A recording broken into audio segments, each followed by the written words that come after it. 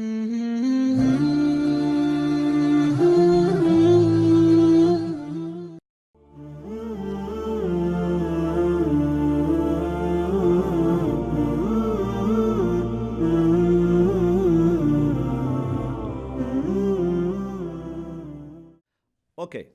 now we move on to the next section, which is about the attributes of Allah subhanahu wa ta'ala. You remember I said attributes of Allah are very important, and when we say God exists, we must know what we mean by God.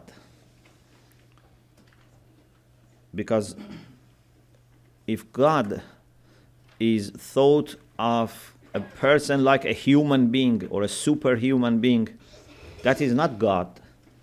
Or if God has, some deficiencies, some imperfection, this is not God. We have to have faith in existence of God, but also we have to have right understanding of God.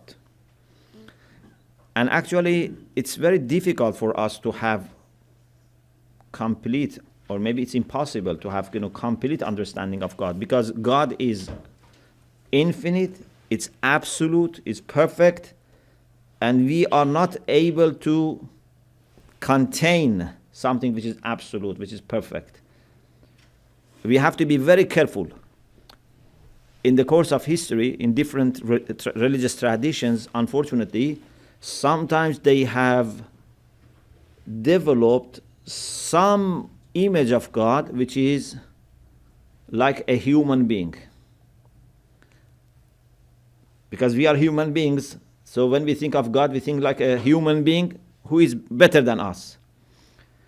Like, for example, Amir al-Mu'minin alayhi salam says, if you ask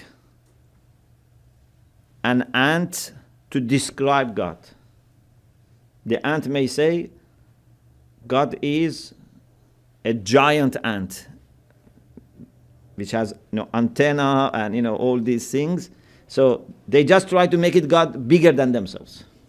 So sometimes we think of God like a human being who gets angry, who laughs, who is tired, who may not remember me. These are or even some people have sometimes come up with some image of God which is physical. Even you find in some scriptures, in some religions, God is wrestling with someone. God is wrestling with Jacob. Or, for example, God having, hand or having, leg. So sometimes, unfortunately, this is there. So we have to find the balance. We are not suspending discussion about God. Some people said we cannot know anything about God. We should not discuss about God. We should suspend discussion about God. These are called mu'attila. Mu'attila, they say we should ask for ta'atil, means cancellation and suspension of any discussion about God. This is not right. This is one extreme. The other extreme is that we liken God to something physical, a human being or another type of being. The balance is that you try to be very accurate and to refine your understanding of God as much as possible, but still you have to acknowledge that God is greater than what you think. For example, we know that God has power, but we should not think that His power is like our power, which comes with muscles, for example, or is limited, or we can become tired, for example, or certain things are more than our power. No, these are imperfections that exist around our experience of power, but God's power is different. Or, for example, we know that God has knowledge. God is not ignorant, na'uzu billah. God is knowledgeable.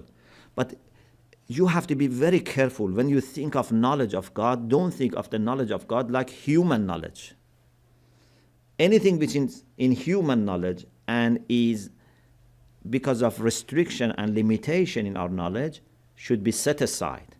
So, when you talk about God's knowledge, God's life, God's power, okay, you should just try to find the core of the concept.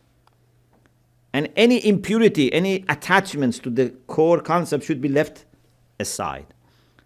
Okay? This is why, for example, we may say, عالم ليس كعلمنا. He is knowledgeable, but not like our knowledge. He is powerful, but not like our power. He is living, but not like our life. Okay? So you have to always be careful. This is why the Quran says, Subhanallah amma yasifun, or Subhan Rabbika Rabbil Izzati amma yasifun. Allah is to be glorified with respect to what people describe of Him.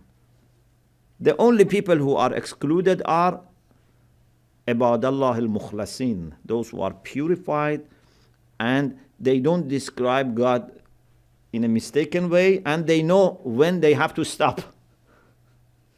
So there are certain things that they don't talk about it because they know that this is beyond their understanding. There is a hadith from Imam Baqir alayhi salam, which says, كُلَّمَا مَيَّزْتُمُوهُ بِأَوْهَامِكُمْ فِي أَدَقِّ مَعَانِي. Whatever you try to articulate with your minds in its most accurate form, فَهُوَ مَخْلُوقٌ مِثْلُكُمْ. Still, it's your creation. مَرْدُودٌ إِلَيْكُمْ. It goes back to you. It's not God. Don't think that is God. God is different. God is much greater than what you can think. This is why the Quran says, لَيْسَ كَمِثْلِهِ شَيْءٍ. What does it mean, لَيْسَ كَمِثْلِهِ شَيْءٍ?